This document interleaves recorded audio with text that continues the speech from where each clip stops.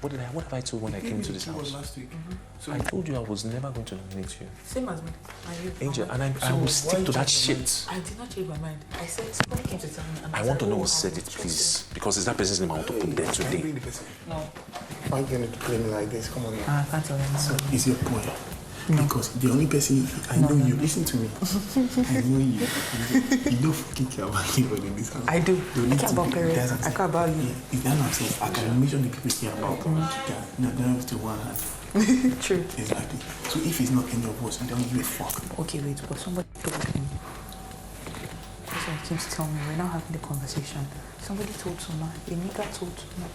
And Soma came to tell me. I was like, okay, I'll nominate them. But the problem is that you are not on. That's what I'm saying now. Yes, So the person, he now told me just now, he was like that. Oh, the person